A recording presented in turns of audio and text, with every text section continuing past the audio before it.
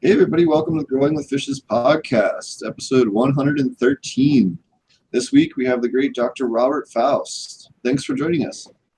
Thank you for inviting me. And I'm a little rough throated tonight, but I might give some advice on how to deal with that.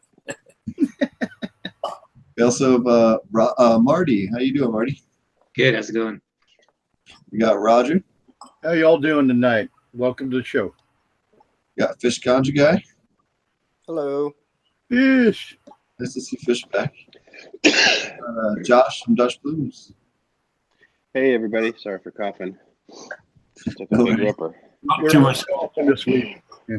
I had just actually one of those magnificent dabs that just stands out. So we're coughing due to bronchitis and you're coughing due to dabs. Okay. Yeah.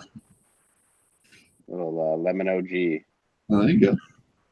So, Dr. Faust, thanks for joining us. Actually, you were just telling me right before the show that you had a pretty unique way to treat your bronchitis.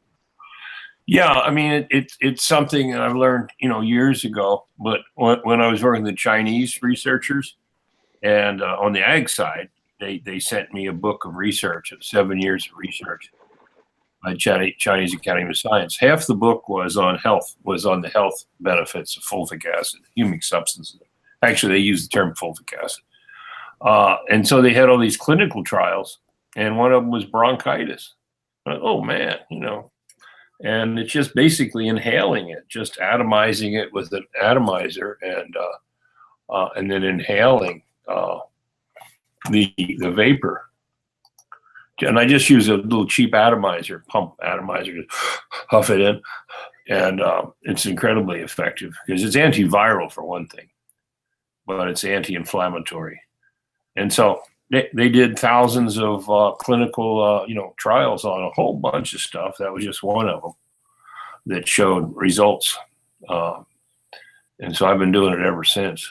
And it's kind of a painkiller too. I mean, even if you, I've even used it for tooth extractions, bad cuts, burns, all kinds of things. So yeah, it's a medicine. Did you say what dilution rate you use? I use it undiluted as it comes out of the bottle. Yeah. Fair enough. All right. That's really crazy. Yeah. I was just telling them my go-to for bronchitis is mullein. You can smoke mullein leaf with cannabis. It works really well. And you'll find that that's common weed around here, like a roadside weed. Oh yeah, in the south. Yeah. Matter of fact, down the road, there's tons of it. But, great paper too. You can make candlesticks out of the stalks, all kinds of good stuff. You can make a really good salve that'll treat MRSA. It's a good plant. Yeah, it is. That was used in this area by the Native Americans in this area, who were known as the top herbalists, and their whole, it was the Kalapuya, but they were in the Willamette Valley, and they traded herbal products and medicine and medical advice to the other tribes. They'd swap stuff, that's how they functioned here for maybe 10,000 years, pretty nicely. White man showed up and what's your application for using fulvic acid for your tooth extractions, Dr. Faust? Well, yeah, I've had that in several cases, where I just take it with me, my little spray bottle, my little atomizer, and dentist pull a tooth out, and I'd immediately, spray it right in the hole, Oh, okay. So it also helps prevent dry socket and all, and it's a pain reliever. Well, stop the bleeding almost immediately. Oh, okay. Cool. And then their pain, they always give you a prescription for painkillers, but I never really needed them, and then I'd come back and they'd say, man, this is unbelievable level of healing. I mean, what they normally see. So if I have a wound, should I just put some TM7 on it? No, not TM7. You could, I mean, if that's all you had, but the full power, a lot cleaner product. But worst came to worst, yeah. So, I've done it, But I was got a chance to I take the powdered product, the black stuff, the full humic TM7. You take that for stomach problems. Like if you go down to Central South America or something, start getting gurgly stomach. And, oh my God, no! Here we go. What's the difference between the full power liquid and this one I have here, the full humics? Full humics is the full humic profile. So that's your humic acid, your olvic acid, olmic acid, fulvic acid.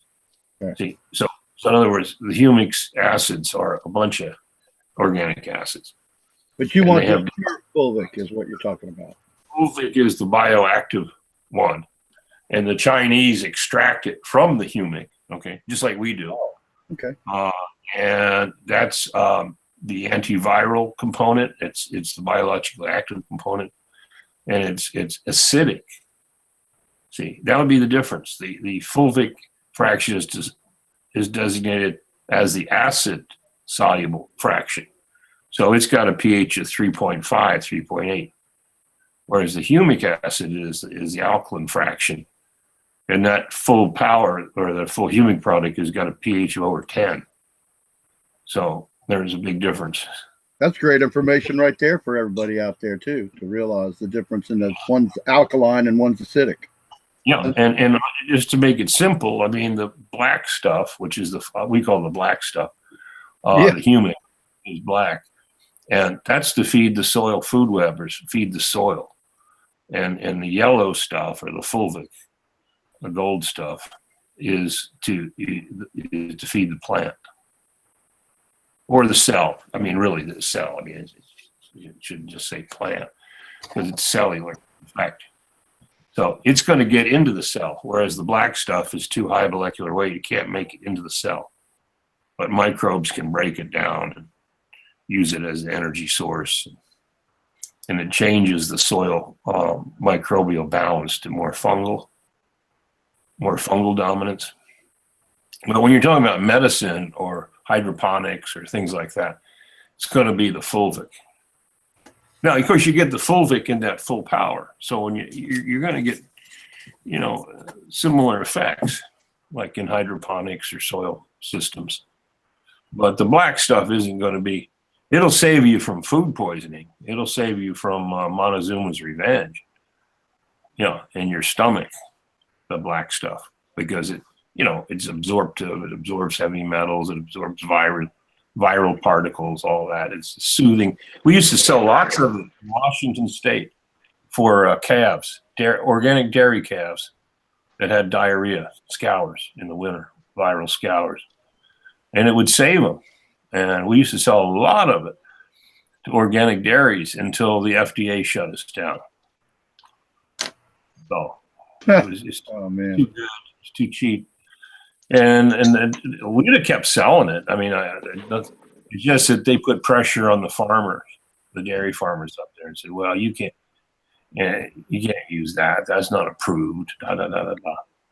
Yeah, but they didn't realize that they couldn't stop them from using it either. But anyway, there's the politics of this.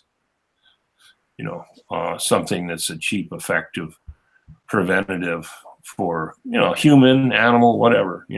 Gastrointestinal problems, diarrhea. It'll save your life, but no. it's hilarious that they would come in and say you can't use that. It's not approved because, I mean, how the heck did anybody ever get anything right or do or survive before the FDA and all these government agencies telling you what you can and can't use? They only tell you can't do it when it starts to get popular. Now this is. I mean, I used to sell like lots and lots of humic substances to people that raised, cows, steer feedlot operations, pig operation, and it was fine. There's no label on the bag, nobody cared. And so once the industry started to get more advanced, there's more players involved, more people got to know about humates or humic substances and how effective they were in livestock rations. And so Wisconsin pig growers started buying lots and lots of it by the truckloads. And then the chemical reps for Dally Landco and people like that are selling these hormones, for livestock feed for pigs, like antibiotics and rumensin and all this stuff. They started losing business. And then they were asking, well, how come you guys aren't buying, our stuff anymore? And he said, well, because we're using this humate it was from Utah. And so that's when these company reps went back to the head offices, and then the big companies put pressure on the FDA, and FDA put stop sale notices out on it. Because the head of the FDA was probably used to work for that company before he was. Oh yeah, well, or they'd get promised a job later. It's a revolving door. So the people that they're the regulatory people end up, high paid jobs for the people they regulate. That's well known. So that's the thing. I mean, there's no reason. There's no reason. Like, for instance, we sell it in Europe, in Holland, for livestock. I mean, there's even some problems there. I mean, yeah. I mean, you're talking about, big dollars and big money, and this is disruptive, and they have the ability to stop it. So you get countries like China that don't have the same motivations. Well, I'm curious too, how do you ingest humic acid to help you with the Montezuma's revenge? Because as I recall, last time I had some humic acid a few years ago, it was the nastiest stuff next to diesel fuel I've ever seen. No. Must be the wrong stuff then. It's not my stuff. Well, okay, I didn't say it was yours. I'm just saying humic acid, if you buy it. Humic acid is such a broad term, Okay. Thanks. It's a gigantically broad term. Okay. So it's not really credible. Peat was the original. In other words, back in the day, when you get a bad injury, or like when you're in the Civil War and you get your arm blown off or something, terrible things happen, infection-wise. Okay, they use peat. Right. Because peat is a natural source of fulvic acid, actually. And so peat was packed on the wound, right? Right. Yeah, you see that in movies all the time when they have Indians and stuff, and they're out there, and the Indian saves the white man's life, and they pack their wound with peat, and wrap it up. Yeah, sorry, that sort of thing. But with the, I just take full humic and we put it in little capsules with 0, maybe there's 0 or 0, I forget, but the smaller capsules, and I just carry them with me when I travel. And if I have a gurgling or something weird, I take one. If it's like, I'm really going to lose it, I take 2, maybe 3 times a day, but that's it, so it's in a capsule form, and it works really quick. And I mean, you could put it. Have you ever been questioned by border or customs people when you had those capsules and stuff like that? No.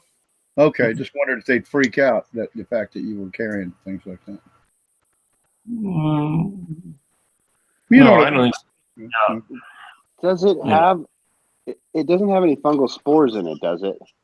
It's just no. It's just helping the fungi you have in your stomach grow. Yeah, well, what it does is it's got these phenolic compounds, like phenols, they like disinfectants, or they usually have a phenol component. And so these are naturally occurring in the humic substance. But also it stimulates the body's resistance. Boom, turns it on, switches it on, and then you can resist the infection better. And it probably affects the whole microbial makeup of your gut, just like it does with pigs or cows or whatever. And, the good guys win over the bad guys, you might say. But I mean, there's a lot to it. And there's antiviral effects, because you don't know what's causing that. Is it a viral issue, or is it E. coli? What is it? I don't know. I mean, I've had a lot of experience with those kind of conditions in all my travels to the South, but it sure turns it around. When you mentioned E. coli, how to lose 40 pounds. They would go for months, weeks. Oh. They'd be just completely exhausted from constant trips to the bathroom. They'd lose a lot of weight. and I would get it, and I'd start taking my stuff, and I'd usually get over it in like 2-3 days. So So how again, if you eat, effective is it against E. coli? how easy is it? No, how effective? You mentioned E. coli, so my brain went, like I wanted to, how effective, because you mentioned, with E. coli, or you're using this and is it a remedy for E. coli? Yeah. Okay, It I is. just wanted to clarify that a little bit because of what you said. Sorry. Absolutely. Yeah. Yeah, E. coli, because there's a lot of different E. coli strains. But it's one of the real reasons why these calves and cattle, and it's pretty universal. An E. coli infection. Well, especially when you go to South America, Right. it can be E. coli strains that do not bother the local population that much. They're resistant to it, or it doesn't have that much effect. We go down there and we're exposed to some of these E. coli strains, and it really get to you bad. It just takes over. And I made the mistake one night just by, you used to brushing your teeth and then, rinsing the toothbrush, or rinsing your mouth with the tap water. Well, down there, you don't do that. You better use bottled water to wash your toothbrush. And if you're not paying attention and you forget, next day, problem. So you got to be really paying attention and use bottled water for everything. And they give you bottled water in the hotels. But just that little bit of tap water can set it off. Or you take a shower and you happen to get a mouthful of water. Bad news. I mean, I've got really bad sick. Yeah. In the subtropics. Been there. So what kind of dosage are you talking about if somebody's going to be taking fulvic to help them out? Yeah, well, I mean, you don't fool around at that point, If I have my fulvic liquid, I'll take a couple ounces. Boom, take a couple ounces right off the bat. A lot of water because you got diarrhea, you're getting dehydrated. And then if you have the capsules, if it's a serious situation, I may take 2 or 3 of them every, 3 or 4 hours. And that'll usually do it. Of course, clay is one of the things they recommend for viral diarrhea, because the clay tends to absorb the viral particles and have a healing effect. But that's pretty much what happens with humic substances. They say that the humic molecule, that's the black stuff, deactivates viral particles and absorbs them, sort of like a sponge, activated carbon, charcoal, clay also has that effect. And clay's full of minerals too. So yeah, like a vitamin. But it's sticky, Yeah. Grass got a colon, it just absorbs, But the humic does the same thing, but it's just much more potent, much more active. Combination is great. I made a product called what do I call it? Humic clay, I think. But I mixed montramillinite and the soluble humic acid together. And, I was selling that. Well, I have it. It'll absorb radioactivity too. And pretty good. What's that? We might need that soon. This is my IMO2. Remember the Korean natural farming stuff? Oh, yeah. You collect indigenous organisms on rice, and then you mix it with sugar, and you hold it, you kind of calm everybody down and hold them in suspension. I was just bringing it up because on the same topic, I was having some stomach issues that were lasting a couple of weeks, nothing crazy, but I was taking some over-the-counter probiotics, and it was kind of helping, but it was, there's no fungus in most of those probiotics. So I took like just a little tiny couple grains of this stuff. And it was within an hour or two, I was feeling better. I just want to bring it up because it's mostly saprophytic fungi in this thing, There's a lot of things. There's a lot of stuff in that. Yeah. A lot. It's hard to know what's all there, but a lot of stuff. Of course, you could also have salmonella in there too. But so let's don't probably not. But because it's the weak stuff, it's the worst. As far as disease, it's really weak compared to the good guys. The good guys can take care of eat up the weak guys. Well, the reason I also thought about it was like when I just smelled the full humics here, it smells like the forest floor, just like this stuff. Yeah. It's the same exact smell, That's a key to a lot of things for sure.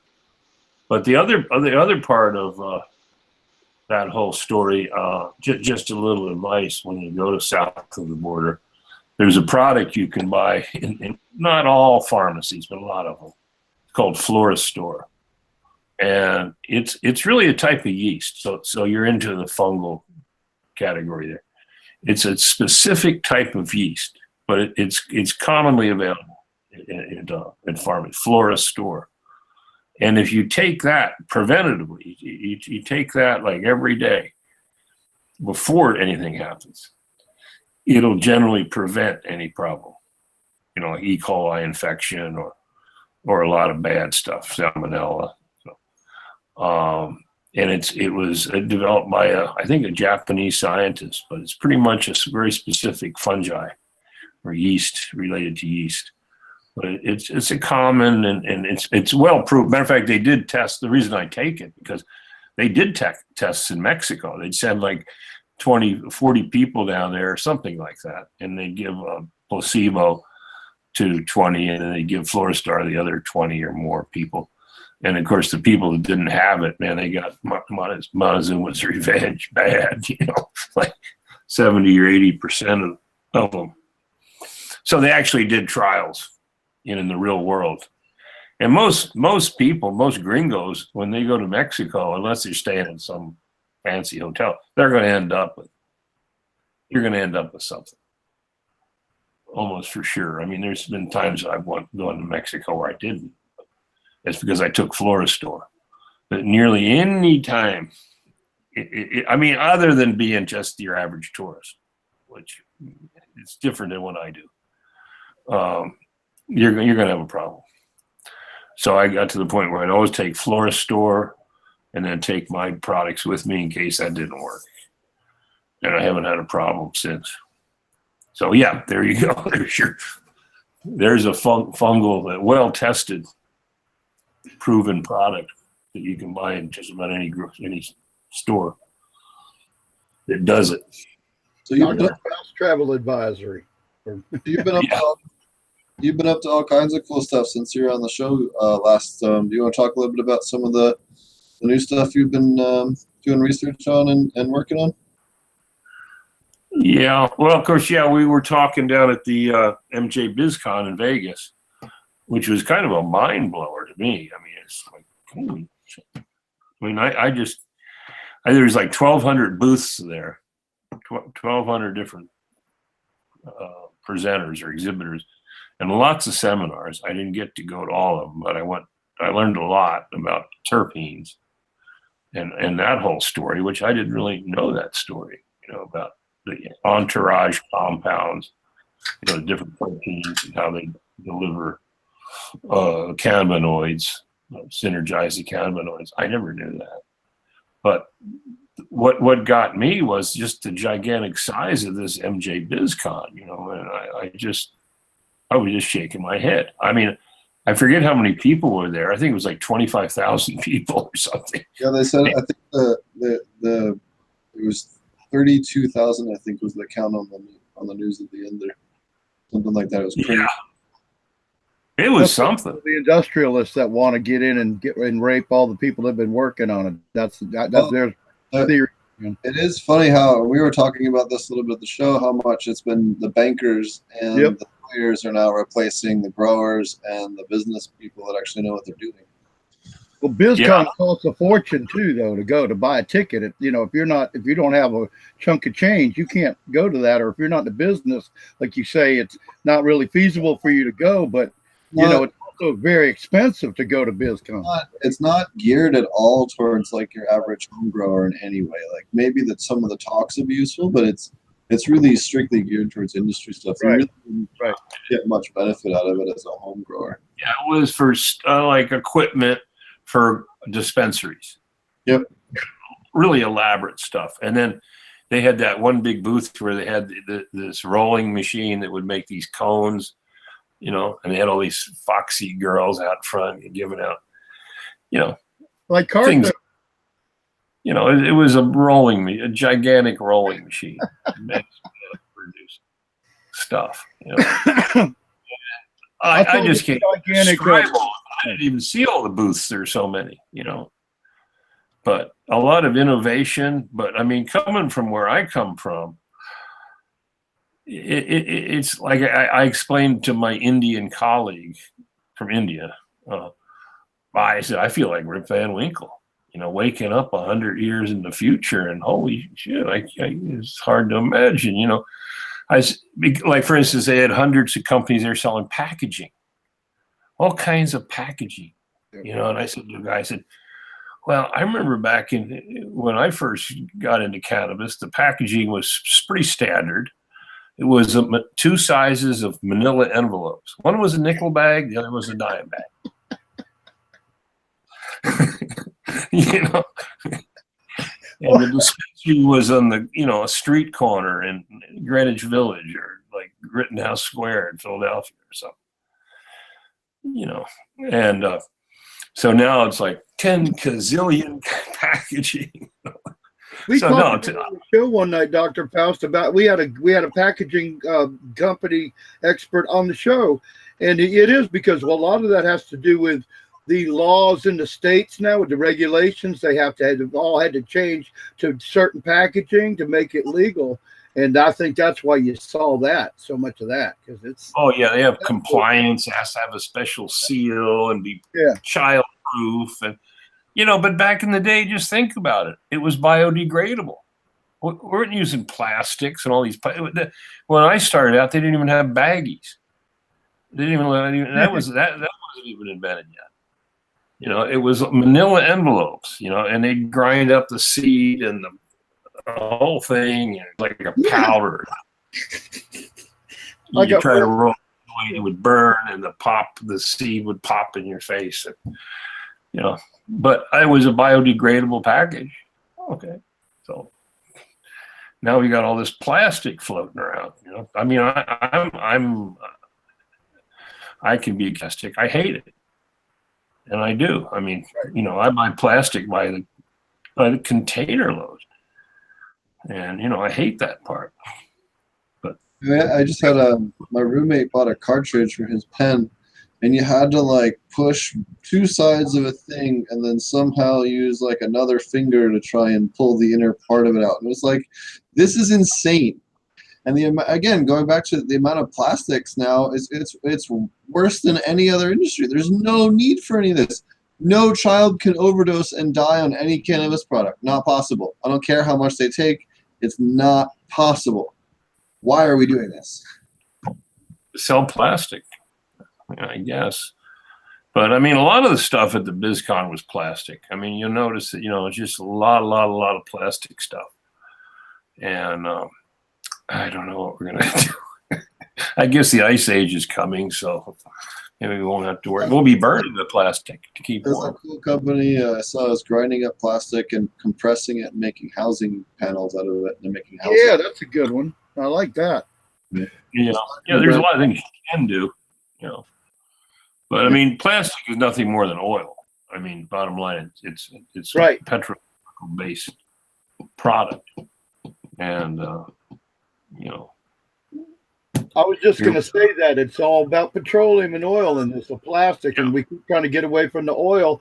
People don't realize that the reason that oil, they keep going and having wars over oil is because you got to have oil to make plastic. You got to have oil to make PVC. You know, oil is in there. Petroleum makes it. There's almost everything in our modern life. Isn't that true? Yes. That's the issue. You know, it may be convenient, but I mean, I remember when we got around. Now, there's a company, a Swedish company that moved into Portland, and they're trying to make containers, liquid containers and stuff out of, you know, wood fiber, and with some technology of making, you know how those juice boxes and there's sort of a wax covered paper kind of a thing, but coming up with a more biodegradable solution. And of course, that's where hemp fits in. That's where hemp fits in, because we can make fiber containers with hemp, and I think that could happen at some point. But we don't have the infrastructure to do it. There's a lot of hemp production out here, but none of it's utilized for fiber at the present time. So I'd love to have hemp containers. It'd be great. Yeah. One day. So what were some of the other things that you saw maybe that was wrong or out of date or otherwise funky at the show? At the show?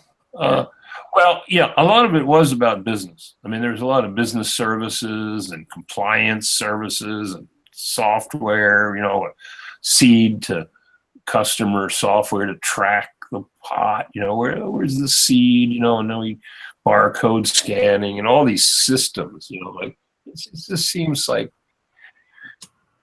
just seems ridiculous to me. I don't know. Well, the barcode thing I can equate to a little bit because we're doing that in agriculture, like on the East Coast, with they have with gaps, right? Are you familiar with gaps?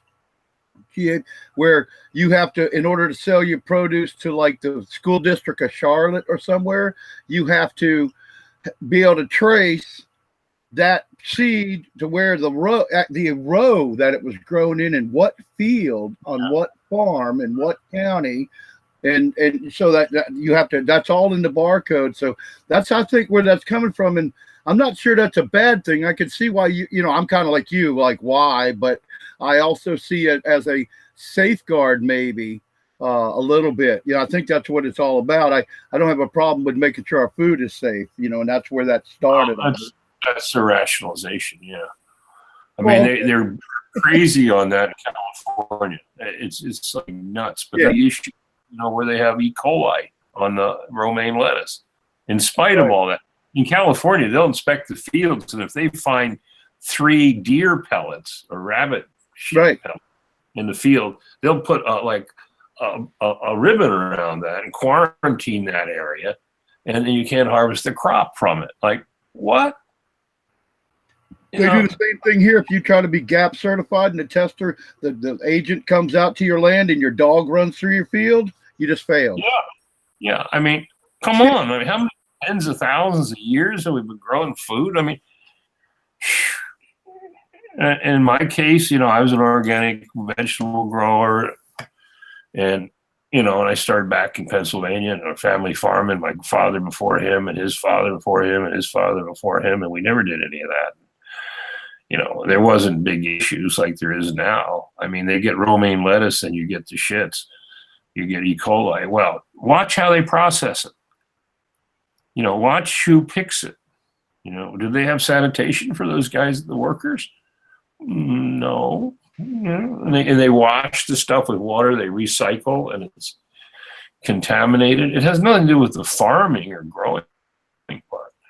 It's the yeah, and it's filthy water. They don't use like fresh water in that system. I mean, they start out with. I mean, the water is not good day one. Okay, the groundwater there is not good. And the groundwater is even contaminated. So it's not really the farming system. Matter of fact, it's crazy because, for instance, they learned that in World War II, when the Germans, the Nazis, they invaded North Africa, and they started getting Montezuma's revenge. It was probably the Pharaoh's revenge or something. But they started, they were getting really sick, and they noticed that the locals were not getting sick. They were not getting the same, and they were eating the same foods, and they weren't getting sick. So they noticed that when the locals, which were Arabs or Egyptians or Libyans, would actually take fresh camel or sheep pellets, manure, fresh from the cow or the animal. And I don't know if you people are familiar with what that looks like than I am. It's shiny. It's a shiny pellet when it's fresh. It's got a sheen on it. Right? So they collect those fresh manure pellets, and then they'd ingest them. they would eat them, and that would either cure or prevent, diarrhea. And the Germans like, whoa, what's going on here? And they sent samples back, and they analyzed what it was, and it was actually Bacillus subtilis. Now, Bacillus subtilis is used in all kinds of products right now. A lot of these bacterial products they sell for different purposes, gardening or cannabis or whatever. There's a lot of products that you'll see. Even a fungicide called Serenade. Yeah. I just used Bacillus subtilis to treat botrytis in the system. Yeah, it's really effective, and but it derives from the surface of fresh manure. Either it could be a deer, it could be a sheep, it could be a camel. And so they're worried about when they find deer or sheep or anything out in the field, like, quarantine it. Well, maybe we need more of that, But then they'll sell you Serenade, see, or something like that, But you can go get it free out. And my favorite compost for growing cannabis or anything is composted goat or sheep manure. Really? Yes. Yeah. Okay. Smells like a boys' locker room after 2 football teams went through it. Yeah. It can be bad. But no, that's like I was saying in Jamaica too. That's how, when you say, hey, you have any of the good stuff? I don't want any of that junk you sell to tourists. You have any good stuff? He says, yeah, man, I got goat shit. So just the term goat shit in Jamaica means the best quality pot or ganja. Automatically. That's it. It's goat shit. So that's sort of an ancient, thing.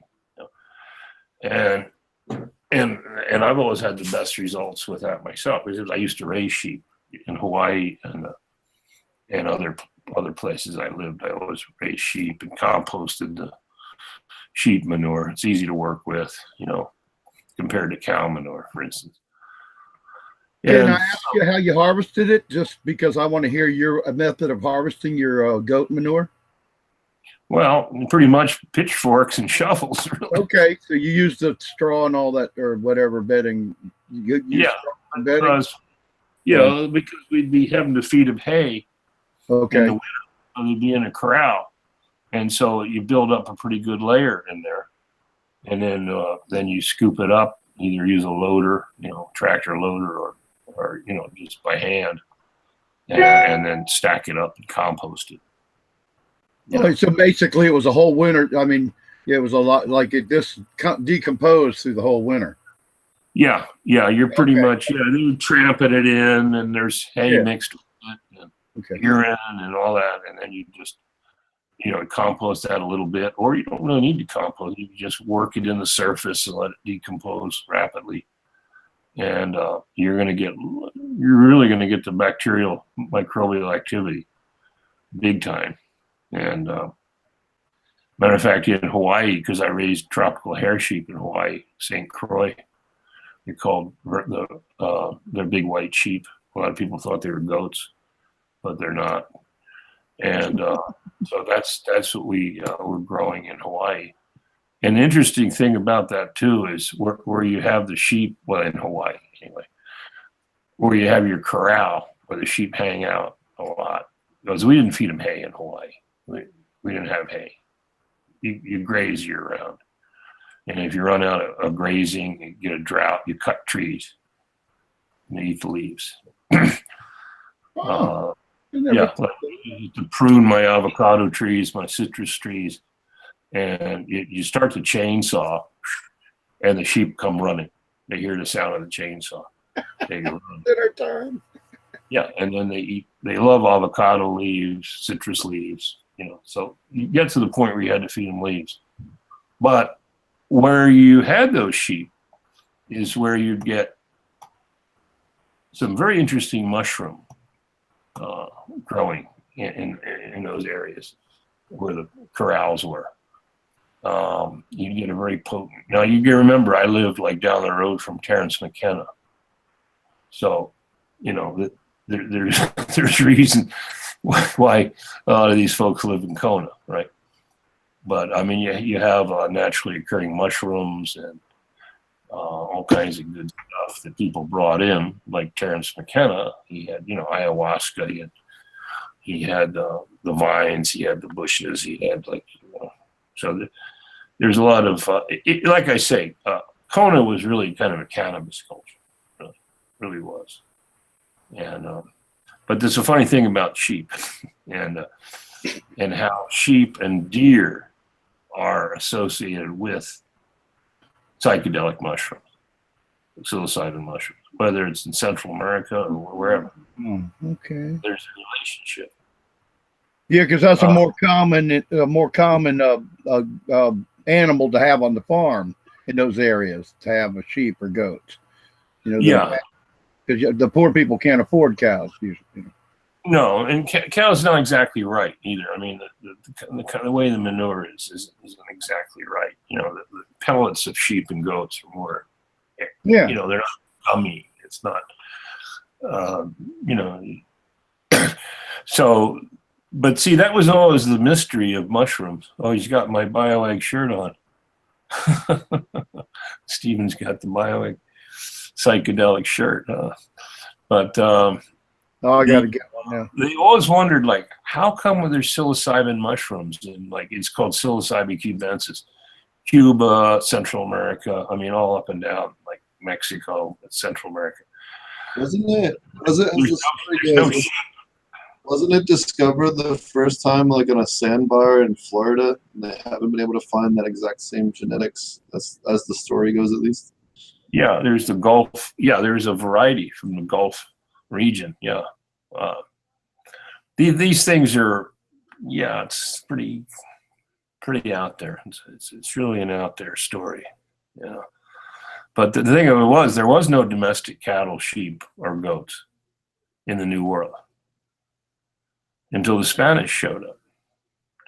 So what was going on there with the cubensis? And we think that it was had to do with deer, which were sacred to the Maya. In other words, the Maya wouldn't, and to this day, won't kill deer because it's a sacred animal. So maybe that's because it was associated with, you'd see where deer were hanging out, you'd get these mushrooms, and they were like the flesh of the gods. It's like, so I always wondered, they would not kill deer. It's a sacred animal, and sacred to Northern Europeans, like the deer god Hearn. Have you ever heard of that one? But it shows a shaman with like the deer antlers on, and there he's like out of it. Amanita muscaria or something. So you get into that whole tradition of the deer god. But I don't know. So that's pretty far afield. No, they're having this is the next big gold rush, maybe will be, because in Oregon here they're working on a referendum for the 2020 election to legalize psilocybin mushroom production. Now that interests me a lot more than the cannabis side, but mushrooms are just, like I say, it's the white revolution.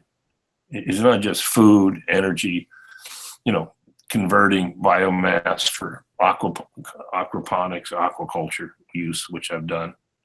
Well, you have two Paul Stamens just discovered, was it the agarikon they could make that antiviral from, that they can use to treat bees, as well as HPV, and they think possibly HIV, and they're working on a whole bunch of different viral diseases they're working with it and testing it on, and it's safe enough to use on bees, so it fits right into your mushroom evolution.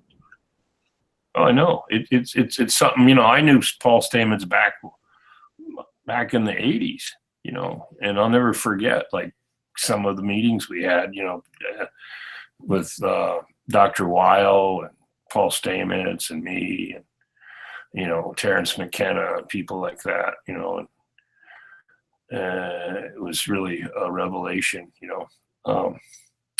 changed a lot of people's way of thinking, which is what I like about the idea. Yeah, let's bring it to Oregon. It's not that it's not already here, but anyway, it turned it into an industry because it's the world's cheapest chemist.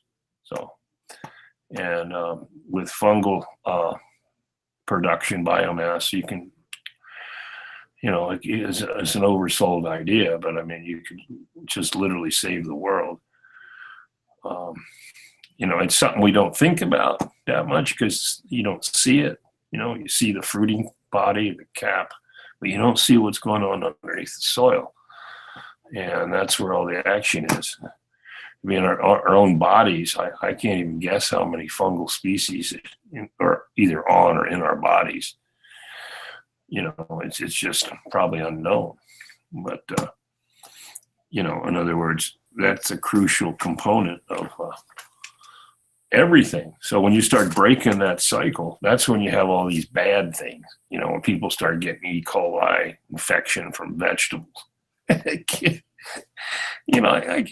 mean, we used to compost all kinds of cow manure and all kinds of dirty stuff, and work with it and get it all over you, spread it with spreaders. It's flying all over and you're disking it in. And nobody ever got sick.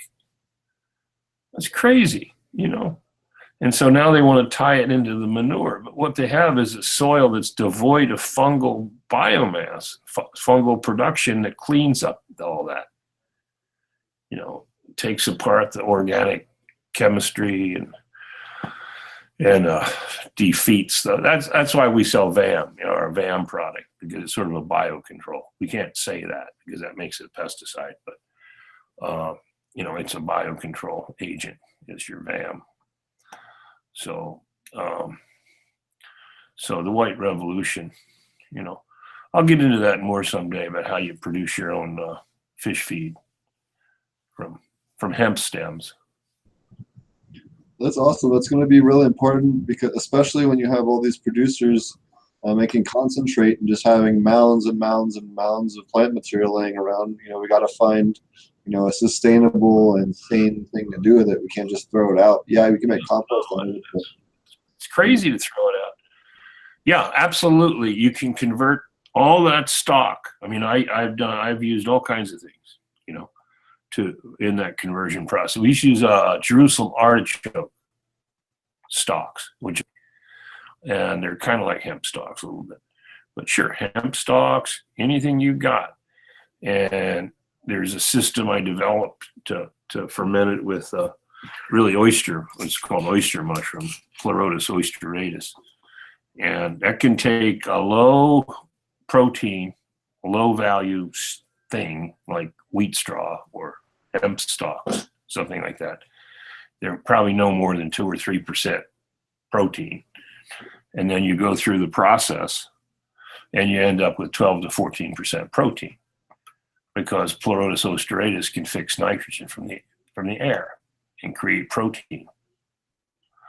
So it's just, so you could literally grow, a crop, harvest it for the seed or the flour or whatever, and then take the rest of that and grind it up, ferment it a bunch of different ways. I have mechanical methods. There's the easy way, there's the expensive way, there's the easy, home way.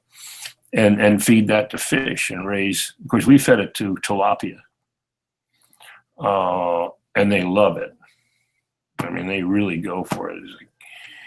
And so that's the only fish that I've worked with it. It was tilapia, but it probably apply.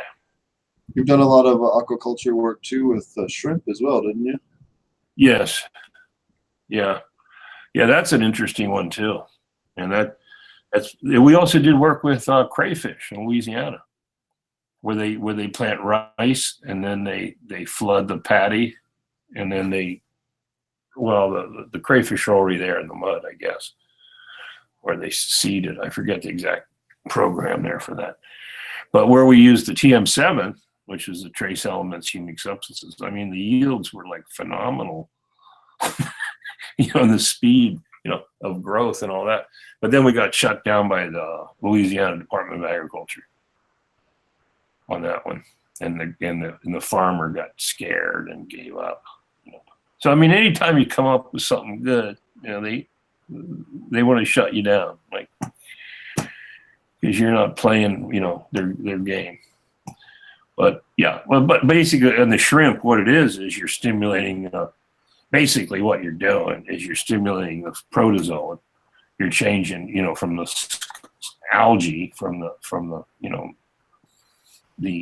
that biomass, really, the plants, and you are increasing the critters that eat the grass, and they're your paramecium, amoeba, all the protozoa, and then these filter feeders are consuming this, and that's the protein component. See, so of course they that's the expensive part of fish feed.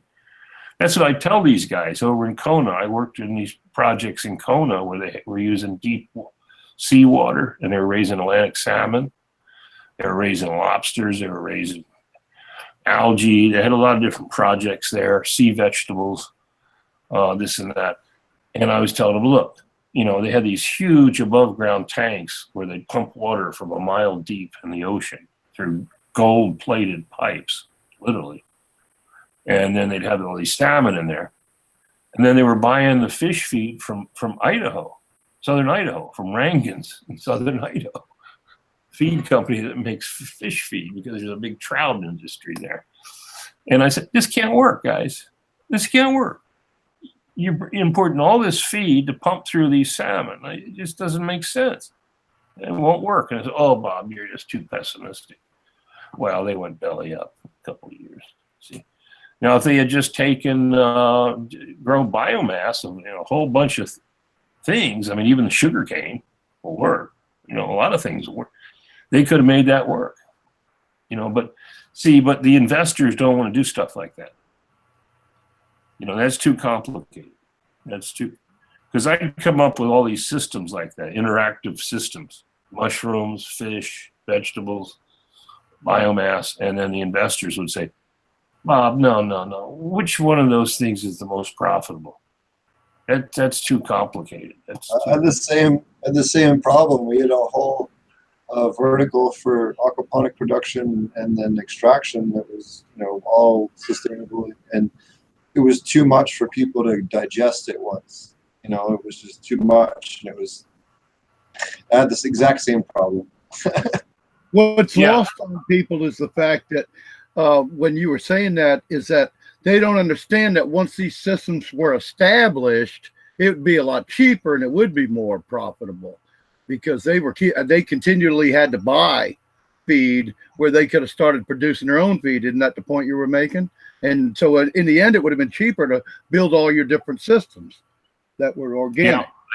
They don't see it that way. It's like, it's just not the industrial model, It's a holistic way of thinking, and that's not how we operate. That's not how it goes. The investors aren't really necessarily that smart of folks. They're not really going to see that. They just see that, oh, that's too complicated. Well, how can we make the most money? And of course, that was just growing the mushrooms. It's like being a consultant for a cannabis farm these days. It's almost like selling insurance. It's just like pulling teeth, because all they want to do is about, like Steve said earlier, it's all bankers and businessmen at the BizCom, instead of cannabis people.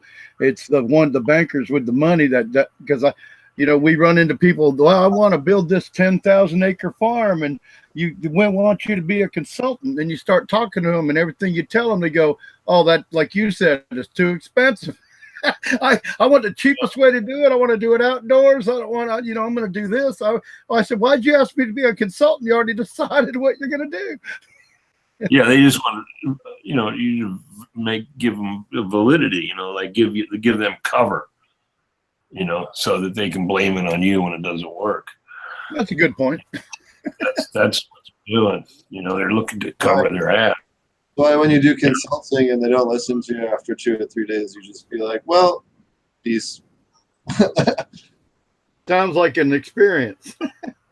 Well, it comes back to them though. I mean, you think you didn't get anywhere, but you may have. You know, but yeah, it's just like I say, it's the industrial model instead of the farm holistic model. I mean, well, especially if they have some failure, you know, like if you give them some advice and then they don't listen to it, and then they have a failure, then they usually the next time around they they go, oh well, maybe I should have done a few of those things. You know, like that's how I usually feel. The people that don't want to listen. Well, the next time around doesn't happen. Like Dr. Faust said, they go belly up. Right. Yeah. Yeah, they go belly up, generally speaking. I've seen it so many times. But yeah, I mean, it's the overall thinking, which I think is not sustainable. It's just where we're going. You know, I don't know how we turn that around. Maybe mushrooms. Mushrooms will turn it around. But it could take another couple of generations. Oh, I don't know. I don't know whether we have the time. You know? But yeah, a lot of at the BizCon, you know, it's not bankers. It's venture capitalists. It's these big funds, you know, that have cash. You know, bankers don't want to touch it, you know, because they're worried about the Fed, you know. So it's these venture capitalists, and a lot of that's money laundering. I just guess I said that because it's the guys that control the money, so I just call them all bankers. You know. But venture capital is probably more accurate to nail it down. I'm sorry. Yeah, I like to call them vulture capital. Yeah. Vulture capital. Yeah, and you know they want to swoop in, you know, and they give the inventor like 8 or 10%, and they take the rest. And so that's sort of the name of the game nowadays, you know. And what do we do about it? Yeah, this is what bothers me, because I saw everything start as small backyard family farms, you know, including cannabis and organics and mushrooms, whatever. I mean, it all started, you know, pretty much pioneers, you know, underfunded people that believe in what they're doing, you know, and they went through all the suffering and pain and risk, you know, and then the money guys, the venture capitalists or bankers jump in, you know, right, and take it away, and then just leave you like holding an empty bag. So you're up in Humboldt County and like, how am I going to pay my taxes now or something, you know? So then, you know, that it all goes away. And yeah, like I'm going to, here's just another example. I'm going to the Organic Grower Summit in Monterey next week. And that's going to be another Rip Van Winkle kind of a thing, you know, because I used to go to organic grower meetings for years, starting in the 70s. You know, it would be like at La Honda, you know, an old Boy Scout camp, and people would be smoking joints. You know, it was like all the excitement of organic grower thing. Yeah, you remember, right? And now it's going to be people with suits and ties. It's going to be it's sponsored by Costco, Walmart. You know. Oh, man. Yeah. I mean, they're the driving force in the whole thing. You know, like Costco and Walmart are demanding the farmers produce organics because there's a market for organic. See, it's not about like sort of idealism or wanting to, you know, do the right thing for the environment or anything. They perceive a demand, and they have this meeting, which it costs $500 to attend, and they're really trying to promote, you know, these conventional, you know, factory farmers really to go organic, so that Costco and Walmart can meet a demand that exists. But the little guys are gone, you know, because the system is massive. You know, it's like if you've ever been in Salinas Valley where they produce all the lettuce and all kinds of stuff, broccoli, lettuce, strawberries, all. It's done on such a massive, gigantic scale. and it's so organized and mechanized, and the processing facilities are huge, and trucks are constantly moving across the country with all this produce. And so it's about the farthest thing ever from the start of organics, where organics started. You know, it's like, yeah, I'm an organic broccoli grower. What else you grow? Well, that's it. You know, no, actually they grow romaine in the winter, and then they grow broccoli in the summer. That's it. You know, now they're getting into the idea of, I just looked at a good video on using cover crops, winter cover crops in that system in Salinas Valley. And of course, they're showing great results with it. But anyway, so this is what organics turned into. Yeah, it's left a lot of people behind, but there you go. It's driven by big bucks. And, oh, no doubt. I don't know what to more for it in the store, and that's where it trickles down from. It costs more to buy in the store, and they still won't want to give you much more margin than you had as a conventional grower or hydroponic. Because hydroponic, you're stuck in the conventional market. When you go to the Whole Foods and you go, I want to sell you my peppers, they go, well, how do you grow it? Hydroponic. Oh, well, you're conventional growing. No, I'm not, you know, or I'm aquaponic. It'd be probably the same thing. I'd almost bet. I'll have to call them up tomorrow. I promise to do that, my homework for next week. I'll let y'all know. I'll call Whole Foods tomorrow and tell them I've converted my farm to aquaponics. And will I still be categorized as conventional? And I'll let y'all know next week. But that's the problem. Yeah. Well, the organic people have something against hydroponics and aquaponics. Yeah. I mean, organics and aquaponics fit hand in hand, you know. I think so. Yeah. But I mean, I think it's all valid. You know, I don't think it. Yeah, you know, I love that valid. Yeah. But you know, but the point is, knowledge if I got to talk about professionals like you, buddy, I'll tell you. It's yeah, because I would like to, of course, around here in Oregon where I live, we do have, you know, very good farmers markets and all over the place. Like Corvallis has one, Salem's got a couple. Here in Independence, we have like 2 different farmers markets. So in some areas, you do have a good supply of locally grown produce. It doesn't come from Costco, you know, but I think that's not everywhere. I mean, that's obviously not everywhere. And even there, it's probably a matter of convenience for a lot of consumers, you know. Yeah, it's convenient. You go to Safeway or wherever you go and you grab all your stuff, you know. And we have a big organic section now, you know, and we have some big monster organic farms here too that you know, have frozen organic vegetable products and different things. But it's all about the money, the capital, and whether you can survive long enough, you know, to keep it going. You know, so nowadays it's all about money and finance, and you know that's what sustains the whole thing. I guess there's no point complaining about it because that's just the way it is. I think we could be a part of that in some way. Well, if you're a grower, the higher prices actually help you a little, but it appears that the way it works out with the, you know, what if you don't go where you're making your own, you know, like using all your own systems to develop the feed that you need, or the fish, you know, in the feed, and your own organic way of providing minerals and nutrients, then you end up paying on the back end, like to the ag supply or whatever. But the prices being higher, it, you know, once you get into this, even though they don't recognize it, you can create an environment where you're not spending as much money to grow your food. So there, when you go to the market, or like to Safeway or Costco or Walmart, when they give you what they give you, which is a higher price, it helps you as a farmer. But just to get in there is hard too. Like everybody can't get in there.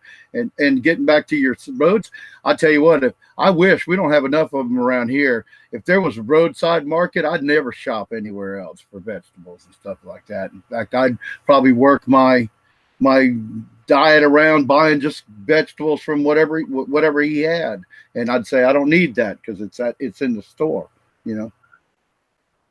Yeah, you got all that going.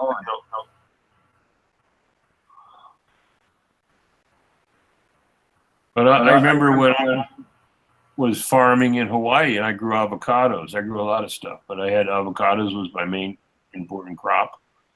And I was selling them to health food stores in Honolulu, and I was getting $1.20 a pound, and they were really high quality avocados. And then Costco came in, and I sold through a processor. A little guy sorted them, him and his family, and boxed them up. And Costco came in. Well, then the price turned into 60 cents a pound. See, and they dominated the market. So if you didn't sell to Costco, you weren't going to sell them. You know, and so actually in my case, Costco turned into a disaster. You know, 10 years in, I was only getting half of the price. Yeah. You know, because they can just play that game with growers, you know. And actually, the processors is who they were playing it with mostly. You know. Oh yeah. Okay.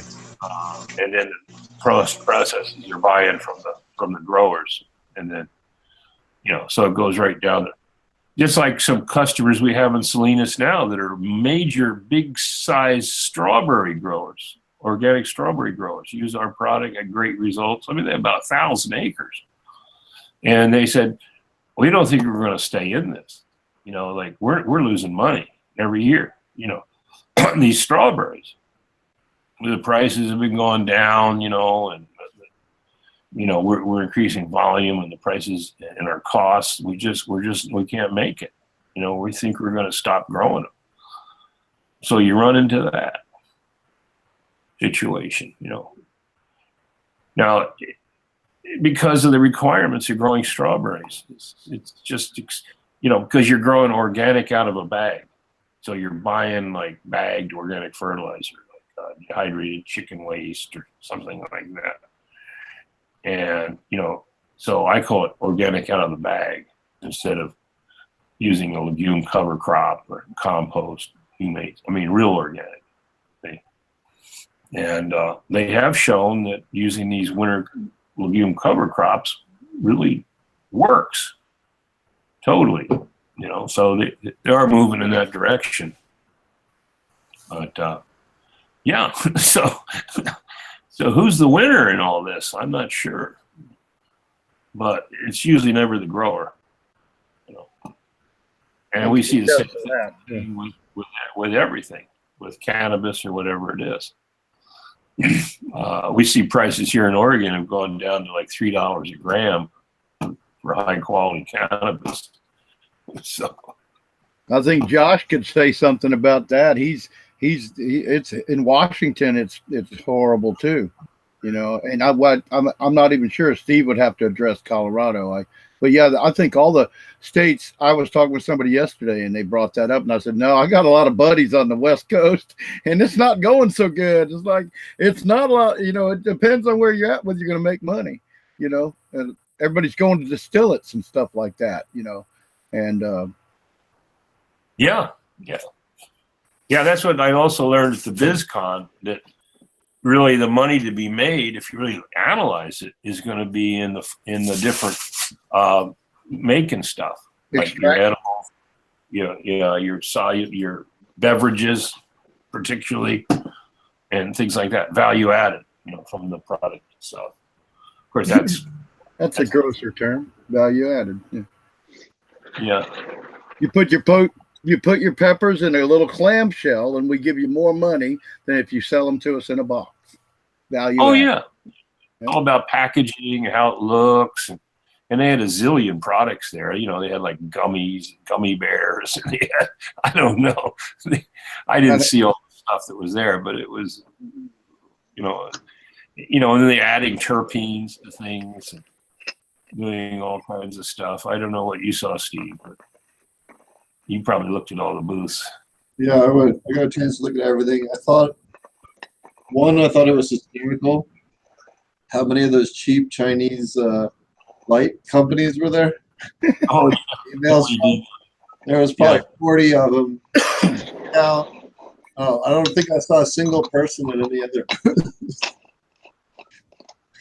Oh yeah, that whole thing is falling apart. Yeah. Didn't you say you saw the biggest distiller machine you ever saw? Or Oh, something? yeah, it's a real cool, just Oh yeah. ridiculously sized extraction machines. They were Oh, cut. yeah. Oh yeah, they had multi-million-dollar shiny chrome stainless steel Polished stuff. steel. Incredible. I love machines. They did have some good machines. I saw a I machine that was introduced to me 2 or 3 years ago from BizCon. Somebody had gone out there on the forum and they put this up, and I went, wow.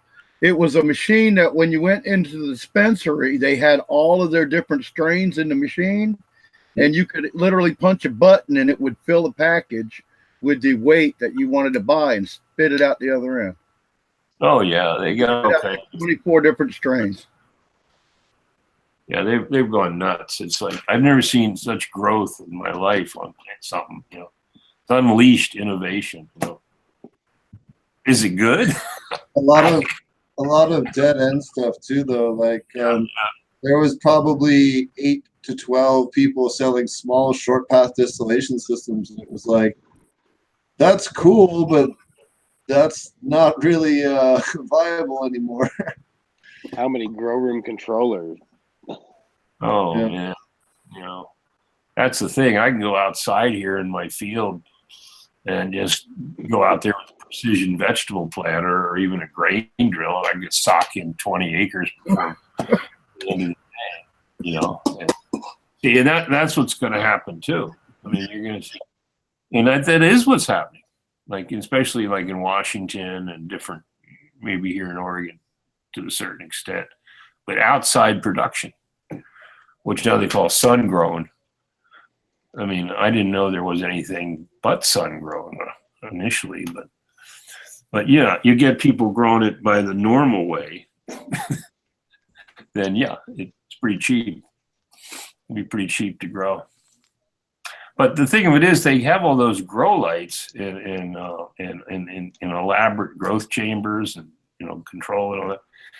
And I got the idea that from talking to a lot of people, not just at the ag but in general, is that they think that cannabis is such a delicate plant that you have to grow it in like indoor controlled environment because it's such a delicate, tricky thing.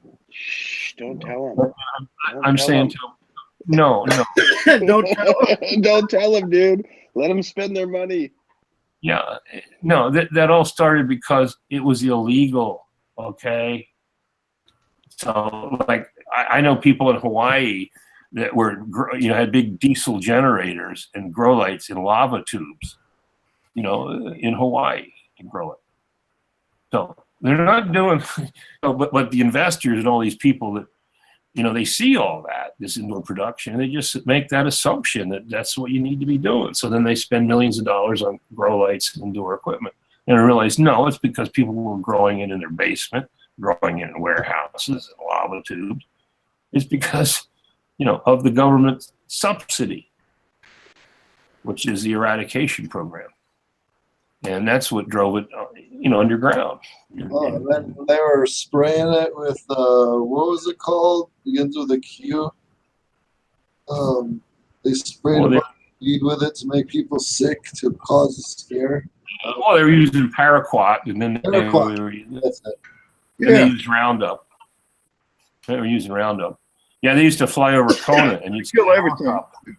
And it'd have a great long cable on it. It had this orange ball hanging from a cable. The ball was about the size of like a basketball, or a little bit slower. Golden ball. And it'd have a camera on it, video camera, hover over the jungle, and they do that ball, so they can see some plants. Then they lower it down, and it's got a sprayer on it, and they give it a shot of Roundup or something. So, they spent billions of dollars eradicating plants in the woods. But spraying Roundup is actually hurting indigenous plants too. It's not just killing palms; it's killing indigenous plants in the forest.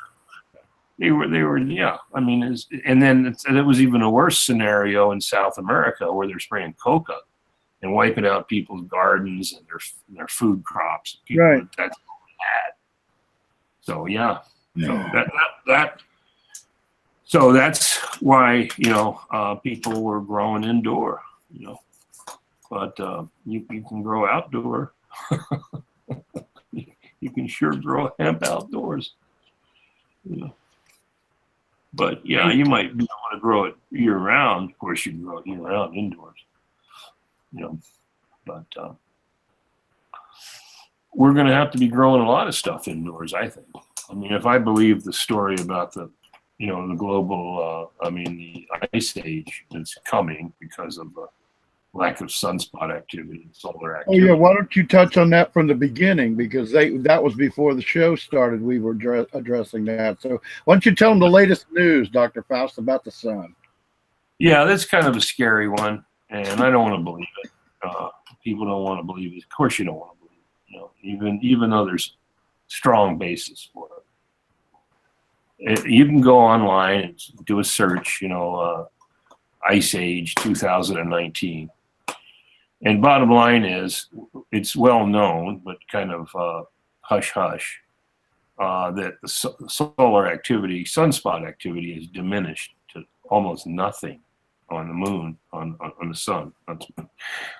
So solar activity. So you're not getting the coronal mass ejections or the ionization and all that also affects the magnetosphere, which protects us against other radiation from space, solar radiation, gamma radiation, things like that. So when the sun backs off in intensity, you get a cooling, not just the Earth, but also Jupiter and Mars. And they've detected this. And this is what they correlated with the modern minimum or the little ice age in Europe. It was from the 1600s to 1740. And that was just the beginning of astronomy. And so it was pretty well determined that at that time when that happened, the sunspot activity diminished. And so we do know also that there's 9 or 10, I forget which, ice age cycles on Earth, geologically speaking. So what they're saying now is that we have a sudden reduction of solar activity.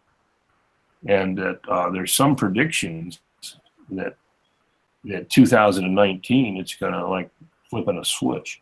They used to think that pretty much that ice ages were a gradual thing. It's a gradual cooling. And I was inspired by John Hamaker back in the 70s. He wrote a book called Survival of Civilization. And he was talking about the solar cycles. And his idea was that global warming leads to ice age activity because you're heating up the oceans, and so the moisture is pushed north, and you have to have moisture to have ice, build up. Like, for instance, on the Columbia River, just north of Portland, on the other side of the river, Washington, there was a mile, thick ice deck or ice pack, a mile deep. It's kind of hard to bring your mind into focus on something like that. Even the big island of Hawaii had glaciers down at the 4,500 foot level. So these things happen fast where you have mastodons like the Columbian with grass in his mouth. So he was grazing and everything's cool. Then all of a sudden he's frozen solid and gets buried in ice. And then they find him 10,000 years later. He's still got the flour in his mouth. He's still undigested grass in his stomach. So we know that seems to indicate that it happens fast. Can I address something real quick to add to your conversation? Yes. For about 30 or 40 years, I believe that a lot of the climate was affected by the water temperature off of South Africa. And as that raised, and this I can't believe you just said what you're saying, because I've been saying this and I'm not a doctor or anything. I'm just a homeboy, but I've been saying that I agree with you 100%, because what happens is the water, it keeps getting hot. The water temperature in the ocean keeps rising and that's melting the glaciers, like you said. And if you look at Kilimanjaro and stuff, the ice caps are, in Japan, mountains, the ice caps are disappearing. Without any ice caps, there's no rivers. And as the rivers dry up, it gets hotter and hotter and hotter. And also, we know that every year there's exponentially, the Earth is spinning faster, right? And getting closer to the sun. As everything dries up, like you say, all of a sudden you got this whirlwind effect, and bam, it's ice age. So it's kind of now 2019. That's, but like you said, that I love all right, and I'll give it back to you now on this point that you said, the mammoths, you'd find a mammoth that was like eating and frozen like that, because the shit hits the fan, and that's fact. They dig them up out here. Like there's a river just north of us where I live, about 20 miles here, the Yamhill River, and farmers are out there digging around, or there's some flooding and erosion, and they find all these things, woolly mammoth and mastodons and all these things, and pretty shallow, and so we know that something happened, and it also happened in the Andes in Peru. They found animals the same way, with grass in their mouth at the base of a mountain and then covered with snow and buried. But in other words, for all that snow and ice and that buildup of glaciers, and where did the moisture come from? I mean, so you had to have a hot condition first, so you get the clouds of moisture coming off the tropics or off of Africa, moving to the north because hot air rises, and then freezing, and then that's how the cycle starts. Now, of course, this is the story of the sun reducing its radiation. Explain how it could happen overnight or really fast. That's an interesting thing, because you said, so what? Yeah, how does that come about? No, there's what John Hamaker was talking about, this fairly gradual process. See, because of CO2 and warming and moisture and all this. But yet the evidence is these critters froze right now. Boom, deep freeze. So that's obviously not a gradual process. And then they got buried fast, and preserved. They used to have dig them up in Siberia, and the royal, like the Tsar and all that, they'd have big banquets, and they'd actually serve mastodon meat at these banquets. It was so good. It was so flash frozen. It was just Royal Adventurers Society. No shit, really? That is the coolest fact I've heard in a long time. Frozen bison and ground sloth and all kinds of shit. Yeah, they'd have these giant buffalo, bisons, giant ones, and they'd have, a range of elephants, camels, horses. They say that the kind of animals in North America would make Africa today look like the city park. I mean, we had all kinds of range of camels, horses, buffaloes, bisons, big predators, the elephants, the woolly mammoth, Columbia mammoth, sloth bears, on and on and on. Go down to the La Brea tar pit, and a lot of that stuff fell in. It's down there. So we know something happened fast. Now, this Russian scientist, who's a mathematician, professor of math, and what we should call him a solar physicist, he's come up with this. It's way beyond me, because I complex math and stuff. But bottom line is, she says, the solar radiation is down, and it's affecting all these other magnetic fields, and that's doing this and that, and blah, blah, blah.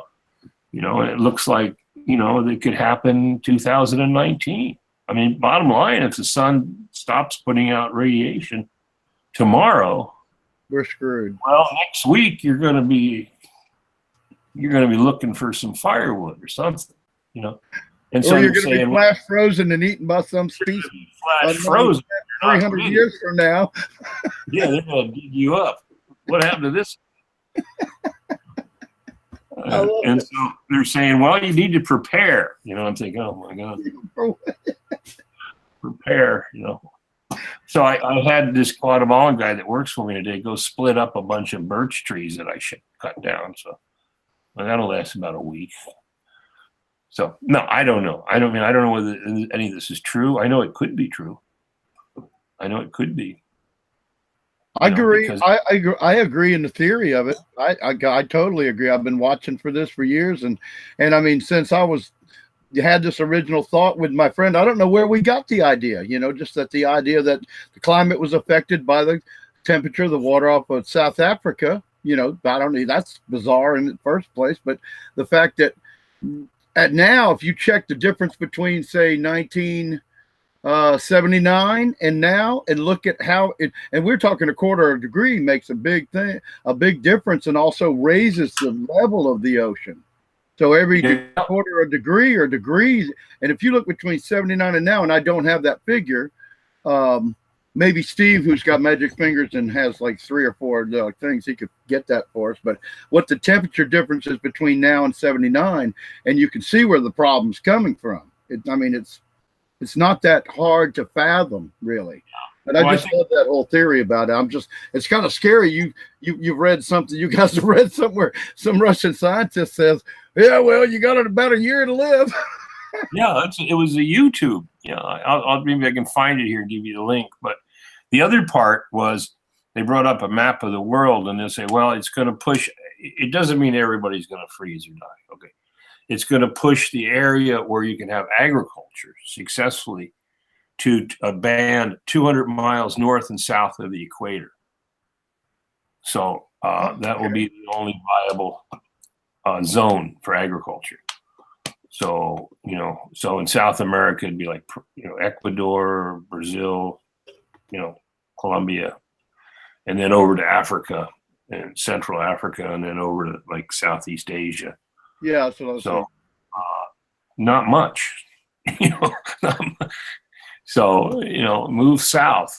Well, but then also you need more than just being in the right zone. I mean, so you move south. I mean, there's a lot of people already there. I mean, what are you going to do? So I don't know what the answer to this is. I guess it's just a cycle, and if it happens, it happens. So.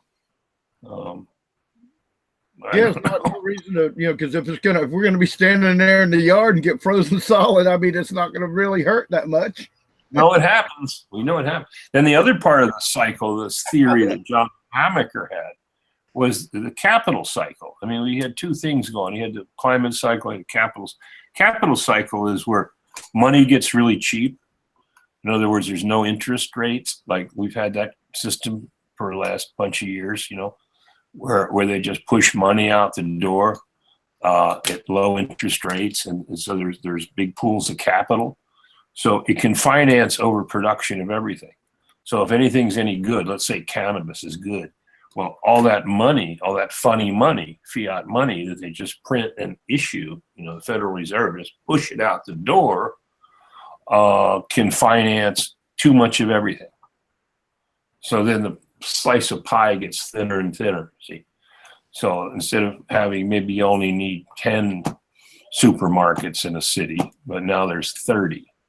So none of them make a profit.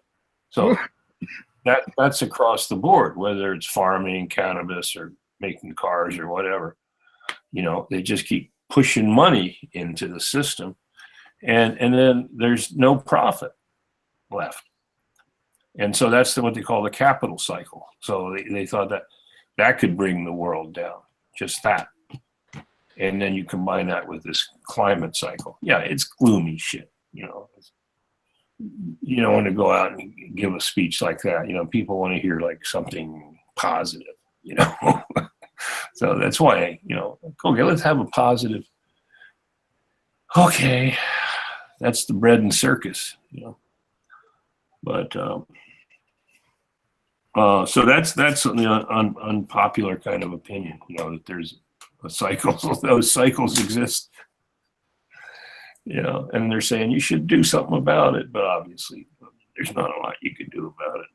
I like there's a Russian guy who wants to bring back mammoths and megafauna to browse down the forests up in the north to make it cold again in the soil, make more permafrost stuff. Yeah. Good idea. Well, yeah.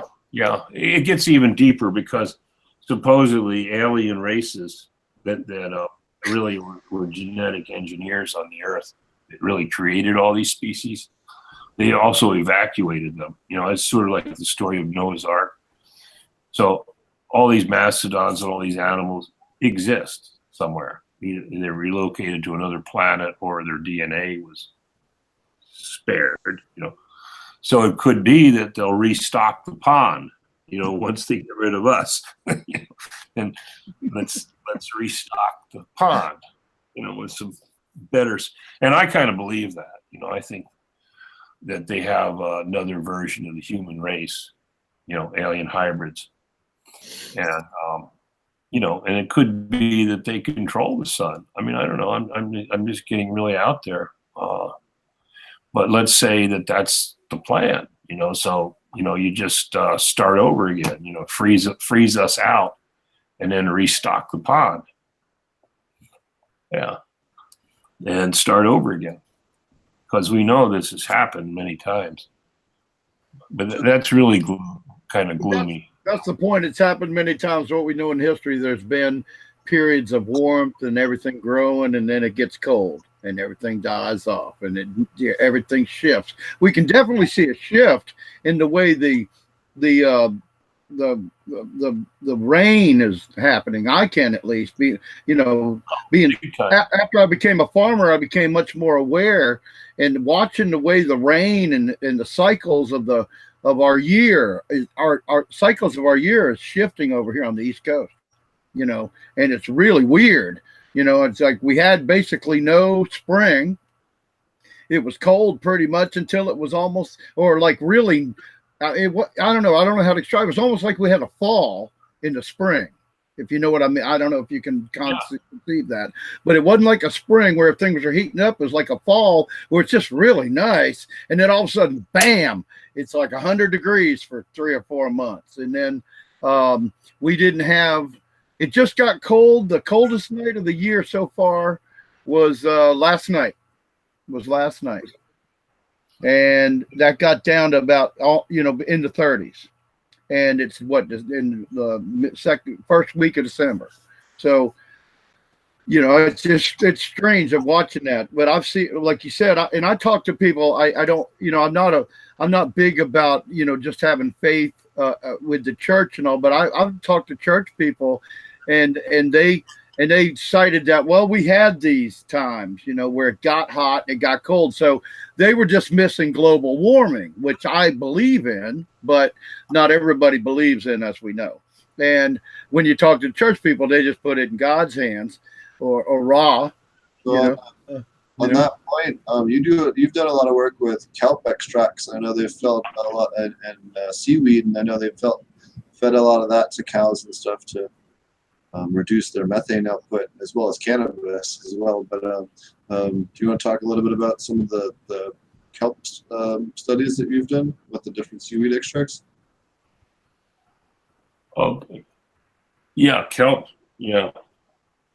He just threw him for a loop there, Steve. But good. About time you chimed in. We've been struggling for about 5 minutes or so. Issuing a stark warning about an ice age. Well, it's because she's able to run. There's the link for that ice age. Okay, I'll put that. Yes, sir. Yeah. All right, I'll check that out after the show. Based on data, based on real knowledge, and that.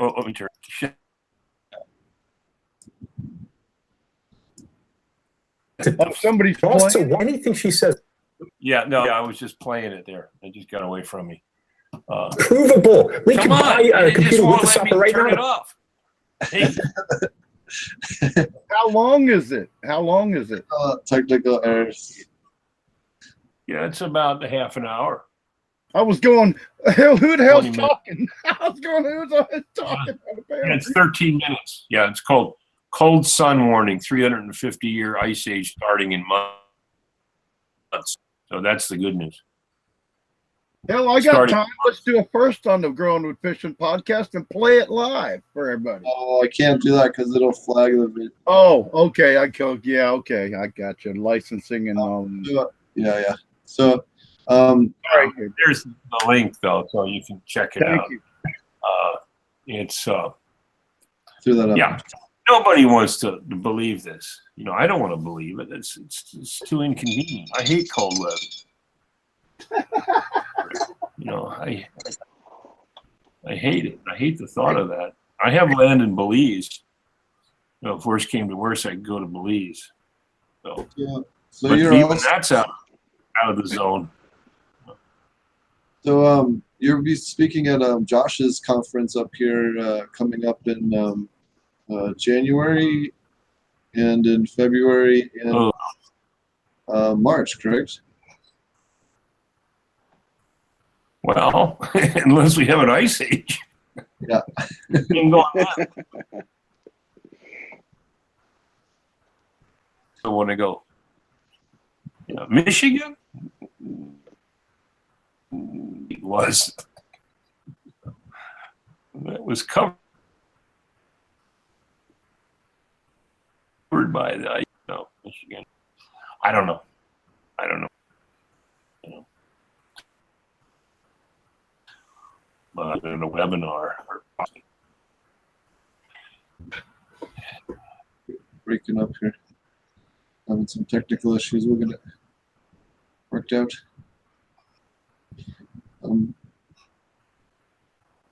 So what you had a couple of cool things you were showing at the your booth MJ BizCon. What you had a couple of different medias or something in the containers? Oh yeah. Oh, that was our hemp special fertilizer mix. Yeah. Oh, okay. Yeah, We've been working with some hemp growers in Oregon and California, and we did some research on what does hemp really need.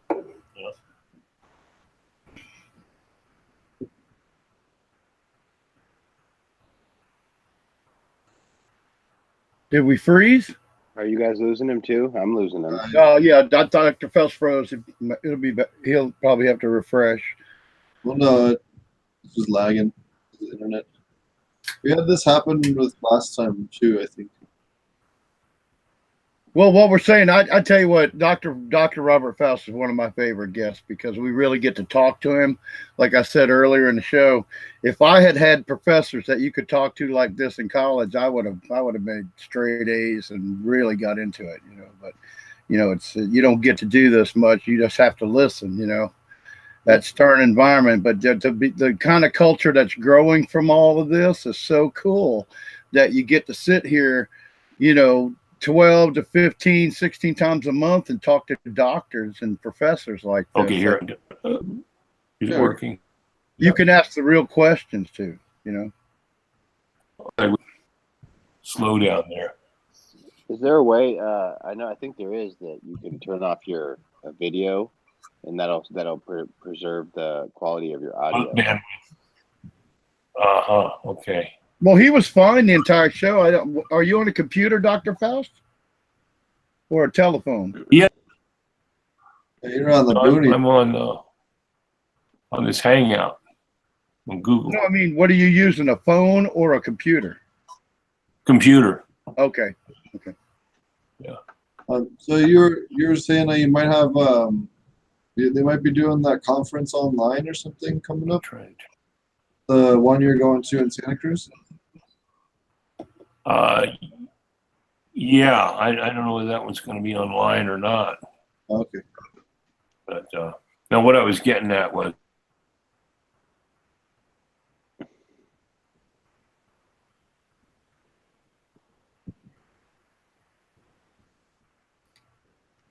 Might need to clear his cache. Oh no. Well, he's going to have to restart and clear his cache maybe because. Might have just run him out of bandwidth. He's on the boonies. Oh. I see. Well, Josh, do you want? yeah. What's up, Josh? I guess real quick, Marty and I will be teaching the online aquaponic cannabis class this weekend, Friday and Saturday. you're interested in learning about how to grow aquaponic cannabis, definitely check it out. And if not, if you can't make this weekend, we will have another class February 9th and 10th. So be sure to check that out. If that's something up your alley. There's a link in the description. What's the cost on it? The cost on it is $2.99 for the 2 days. 2 days. Yep. And you guys will both be online. Yep. Showing demonstrations and. Yep, we have the slide deck, and then we have demonstrations, and then we get some handouts for reference material, and we'll have a whole bunch of. Marty's got his whole big grow room. He'll be doing a bunch of work. I'll be doing work with smaller plants here, and doing some hash making and some other stuff. So it'll be a really fun class. Oh, so this is the one you are doing online, where you're going to have it's going to be online too, not just local. It's Yep. going to be Cool. Um, What's the link again? You said it's posted, but just for people listening. You can go to potentponics.com and click on classes and more, and it'll take you right to it. And or the events calendar as well. It's also in there. That whatever's easier for you. I know you have a event coming up too, don't you? Yeah, actually, I was just gonna. I've been showing off my fancy hat. I think it's fancy. I'm making apparel, dude. regenerative. Yeah. Cool. You guys think it's cool? I think it's kind of cool. Yeah, it's cool. So yeah, and I made these hoodies too. Can you see that? Hell yeah, Bubba! I want one of them. And then on the back it says, teaching regenerative loops with love and science. Nice. Yeah. Because I'll get one, right? Yeah. Well, these are actually, we're going to the Emerald Cup. To anybody that's listening, we're going to the Emerald Cup next week, and we made 40 of these t-shirts or hoodies and 30 of these hats to. I'll rep one. Yeah, sell there and just kind of fucking try to raise a few bucks and raise some awareness for the conference. So, and then yeah, we'll have these available on the website as well. It's a way to raise awareness and raise money, honestly. So, it's you're totally buying them to support the cause type deal. And but I'm really proud of them. I think they look cool. And yeah, It's green, isn't it? It's the hoodie's green. The hoodie's like an army green with a man, I like that a lot. A tan font, and then this is a heather. They call it heather black, but it's almost a heather charcoal with a white embroidered. It's a nice hat. I mean, I'm pretty stoked on them. You know, I buy in everything like that I want to wear. So that's how I like to wear kind of comfy stuff. Anyways, so yeah, that's kind of what's going on. We're gearing up for that. We're gonna be hanging with the Dem Pure crew, the Dragonfly Earth Medicine tent, or teepee, I should say. And then there's a regenerative stage. I think it's called the Rage stage. So we're gonna be hanging there. And at the one tree log stage too, we'll be hanging there a bit. So yeah, stoked on that. And then first conference coming up is in Vancouver, January 11th, 12th, 13th, Vancouver, British Columbia. So we're really excited about that. Yeah, ticket sales are starting to come in, and just encourage anybody listening to, if you haven't bought a ticket, please do so. Because we're just lining numbers out, you know, for how many people that we need to house. You know, we ran into the problem. I always say we ran into the problem in Humboldt that we didn't have enough space, and so we've decided to hold off, you know, locking down space until we know how many people are going to come roughly, and so we will be doing so shortly. But yeah, please purchase tickets if you can, because it helps us gauge what attendance it's going to be. And yeah. Sweet. Yeah, no, I'm looking forward to it. And actually, I was just over on Dude Gross show, hanging out with Scotty, doing some recording stuff with him. I'm in town for a week or two, and thought it'd be cool to, you know, hang out and see them. Always a good time hanging out and see Scotty and Grow Guru. Gonna try and get Guru here on the show soon. And who else was somebody else over there? Don't remember who it was though at the moment. Sorry. Anyways, it was a good time, and I think I'll be on tomorrow? Question mark, or Monday? I'm not sure which. But yeah, it was a good time. And what else? Yeah, always fun hanging out with Scotty. Those of you guys who don't know, be sure to go over and check out thedudegrows.com. They have a great podcast. It's actually what inspired this podcast. And they have a lot of great knowledge. They put out 2 videos a day, one at 4:20 a.m., one at 4:20 p.m. So you can check out their YouTube. And that's a cool bunch of guys. They have a product called Recharge. In fact, I got some brewing. Hold on, I can go grab it. I got some little guys going right now. Recharge. Oh yeah, okay. I was just looking Yeah, at. I was trying to look at. So go ahead, brother. Go ahead. I was just gonna say, dude actually just moved near me, and Nice. we've been throwing back the texts, and we're gonna go do a couple adventures here pretty soon. So I'm excited to hang out with him, and that I think they're going to be online adventures, or our adventures will be posted online. So that's pretty exciting for me. Well, that's pretty neat, man. That's pretty neat. Dude's a lot of fun to hang out with. I helped him hang his SK600 when he got his first one. Nice. So. It sounds like a gun. An SK600. SK600, yeah. Yeah. Well, they have 602s now, I think is the new current one. But what else you been up to there? Oh, you know what? I guess we'll wrap it up with Dr. Faust. I'm not really sure what happened. Some technical problems, but be sure to check out Dr. Faust. He's got a great whole bunch of great products that all of us use a lot, called BioAg. They have all different types of stuff, TM7, full humic, full power, a whole bunch of stuff. I'm sure I'm forgetting a few at the moment.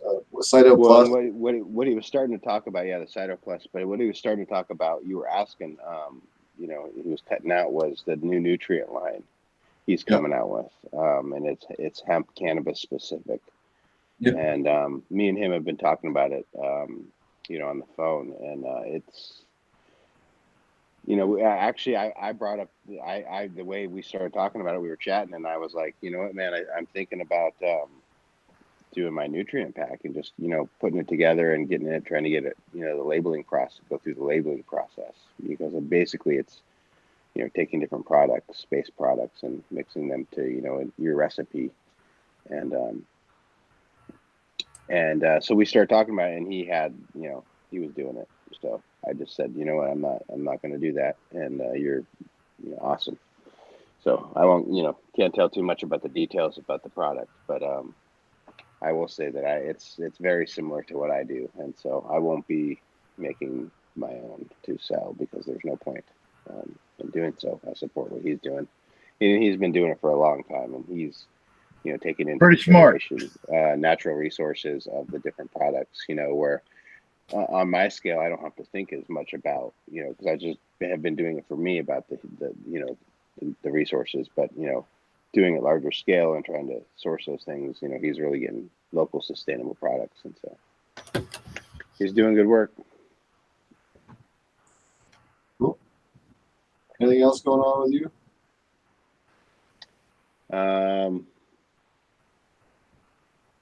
I'm just what am I? I mean, I'm super busy. Actually, I dipped out for a minute because I was getting an excavator dropped off. In the dark, yeah. So I'm digging all the way around my greenhouse, 4 feet down, and I'm putting 2-inch thick polyboard. Do you know what's better insulation and cheaper? Did you buy the polyboard yet? Yeah. Oh, well, you could probably return it if you want, but find somewhere where they're doing flat top roof replacement. You can get that thick shit for free. What thick shit? The EPDM?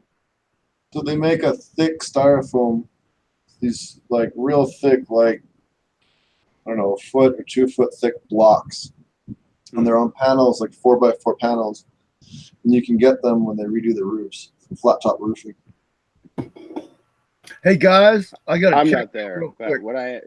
I'm not there because I'm doing this thing tomorrow. But what I am doing is doing this 2-inch poly all the way around, and then I'm gonna put a bale of hay, 2 bales of hay high, you know, a bale of hay, and then backfill with sand and then with gravel. So it'll be like this, you know, kind of extended, huge French drain type deal. Whoa, live plant action. Oh yeah. What's that? This particular one is way back Jack from Mr. Green Jeans. Mr. Green Jeans. Yeah. Oh, we lost Roger. Sorry, I didn't mean to cut him off. He took off. Yeah, I'm not sure Green Jeans is either. This is Fia Joa Kush F3. Yeah, dude.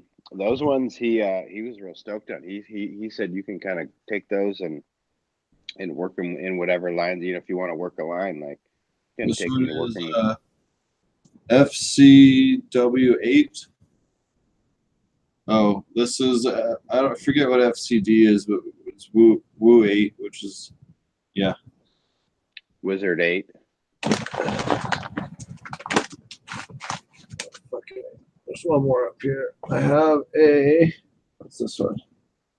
Last one is Blue Blizzard, so it's blue. The Blue Blizzard sounds good. Yeah, it's blue hat. My blue hash crossed with his white wizard. So yeah, I got some little girls just starting. They're gonna go over in the grow room here pretty soon, but right now they're just starting off. Nice. I just hit my full IPM regiment yesterday. My bugs came in and hit him up. I bring all my moms in for the winter, you know, and I bring them down to, you know, whatever, five plants per strain, 10 plants per strain type deal. So I have, you know, less than 200 plants right now, which is, you know, all crammed in this tiny little room. They're, you know, they're like this big. They're little tiny guys. But so I'm hanging like cucamaris tags and Andersoni tags and Persimmilus on the box. I have these boxes hanging so I can dump the vermiculite with the Persimmilus. Here's a question. And Stratiolate. So here's a question. It's a lot. I'm just like fucking how when they start eating each other. No, I was gonna say what species would you recommend the most? Like a friend of mine works at the university. Well, hold on. I should probably be careful about saying where he works. Yeah. He works at a place where there is a greenhouse, and they currently have spider mites, but it's a part like it's climate control, but it still gets pretty cool. Like at nighttime, it can get down to like 48, you know, or up, you know, mid 40s. But during the daytime, it's nice and warm in there. Which mite species would you recommend for having to deal with cooler temperatures? Two spotted. For 2-spotted, yeah. Yeah, well, like from what I understand, I have to, you know, Persimmilus. I would say Persimmilus is going to be my answer, 100%. And it's not a climate thing, you know. For some reason, there's the resellers of bugs put these like I've seen it a bunch before. And I used to buy it the triple threat, and they'll have like California kiss, long pipes, and maybe Persimmilus. Is it Persimmilus in the triple threat even? Or is it California kiss, long pipes, and then there's another one. I can't remember if it's Persimmilus or not, but you know, I don't know. You lose Josh now? Shit. You lose me? Hello? There we go. Oh. Am I cutting out? Yeah, you cut out that time. Jeez, I don't know. I'm not doing anything. I'm just here. But anyways, Persimmilus are really effective. the downside is application, and a lot of people don't realize. So they'll buy these bugs and they'll get them in there in vermiculite or in some sort of kernel or something like that, and they'll just like sprinkle them.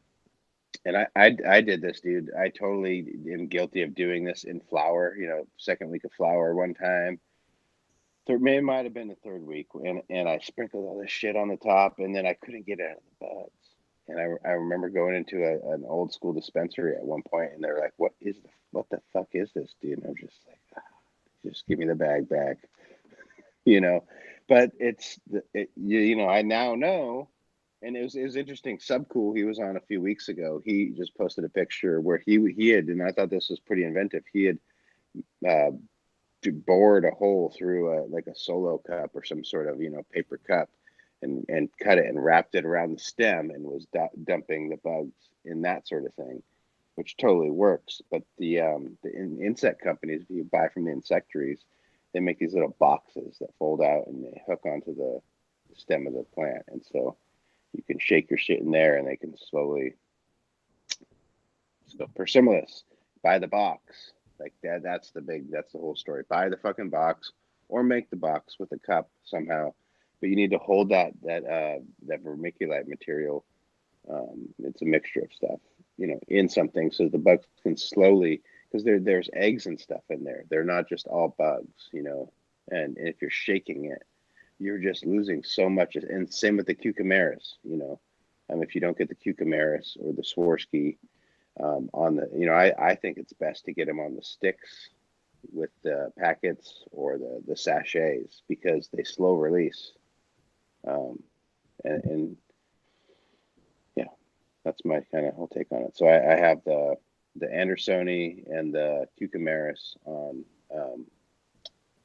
the hooks with the sachets, and the Persimmilus in the box. Stratiolaelaps is in the soil. It's a soil dwelling mite.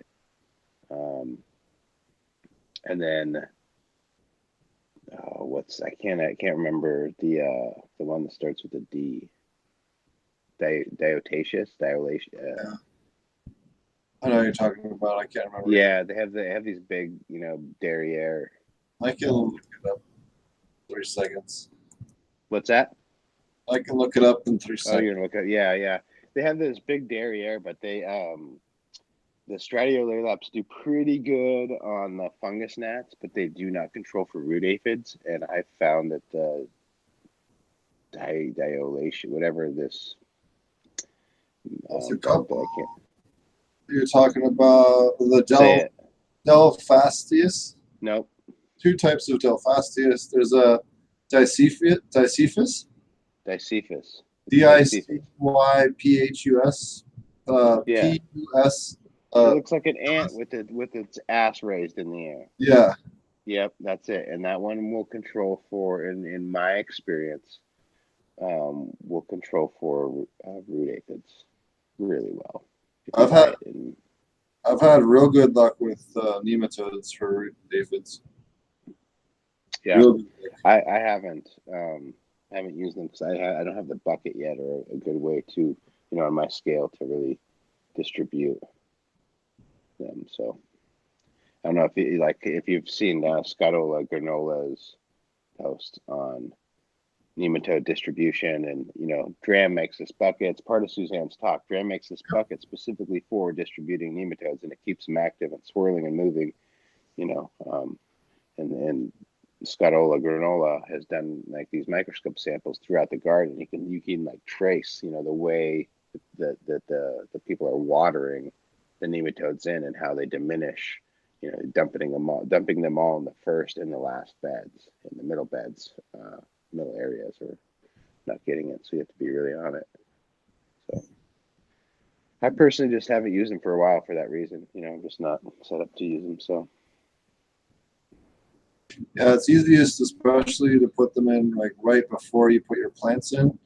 You know, when you dig your holes and everything else, throw them all in then, and get them established, because then you don't really have to think about them the rest of the season. You know? Set them and forget them. Right. They work great. Lost everybody as well. Yeah. Oh, you froze. I was like, that can be only one. No. At least my connection as the host is if I go down, the thing disconnects. So at least I was the Oh one. yeah. We've had that happen. I forget one of the Does guests. it disconnect? I don't know if it does. Yeah, it 'Cause does.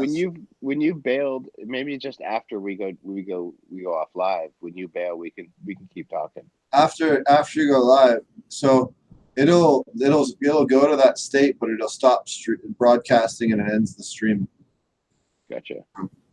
Yeah, it won't kick you out of the Hangouts thing. But anyways, I've been just growing stuff. I got a whole bunch of stuff going on. Working with doing some consulting out here for a couple of weeks, and then I'm off to another place that I can't quite talk about yet. But you guys will be pretty stoked when I'm able to talk about this. Let's see what else I have going on. Just the classes, getting ready for Christmas, and then getting ready for Emerald Cup. You know, if anybody's coming out to Emerald, let us know. I'll be out there. All the DGC will be there. Scotty will be there. Yeah, they have some booth space. I saw. Oh, I didn't know they had a booth space. I saw that they have, or they have like a. Well, never mind. I probably can't talk about that on online. Anyways, they got a bunch of cool stuff going on, and yeah, I'll be out there. I think we've got a cool thing going on out there too. So Beautiful house. Yeah, we do. It'll be fun hanging out with the crew. So I will be. I guess that's it. We'll wrap things up. Thanks everyone for joining us. We'll see you guys again next week. I don't remember who the guest is, but I got a whole bunch of cool guests since MJ BizCon. I got tons of cool people for us on the show for quite a while. So look forward to that, and we'll see you guys again next time. Take care. Thanks for appreciate it. Big shout out again. Thank you, Dr. Faust, joining us. Shout out to True Aquaponics. Hung out with Roger last week. That was pretty fun. Wanted to talk about that. Kind of forgot about that earlier. And if you're looking for nutrient stuff, definitely go check him out over at trueaquaponics.com. And I think that's it. You can check me out at Potent Ponics. Marty is over at AP Meds. You want to tell people how to find you and your conference? Yeah, conferences at Regenerative Organic Cannabis.com. Come find me or Leighton at the Emerald Cup for 10% off discount code. And I'm at DutchBlooms.net. Have a good night, everybody. Thanks for watching. Yeah, thanks everyone for watching. We'll catch you guys again next time. Cheers.